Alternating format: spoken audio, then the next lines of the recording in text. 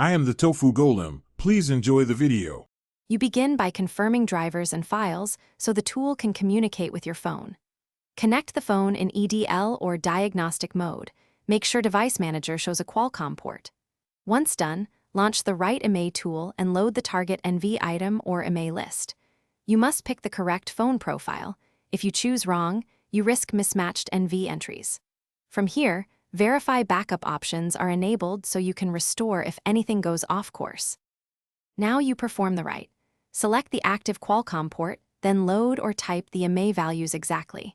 You should enable backup NV and verify after write so the tool makes a restore point and confirms success. Start the write and monitor the log window. Look for specific success codes rather than vague messages. If the tool prompts for phone reboot, do it only when instructed. Make sure you wait for completion before unplugging to avoid corrupting NV data.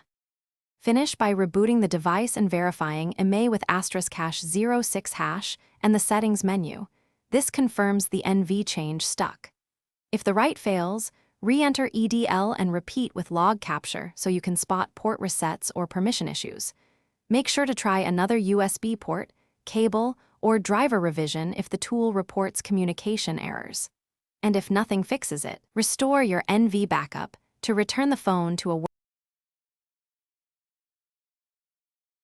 Thanks for watching. Consider subscribing if we helped you today.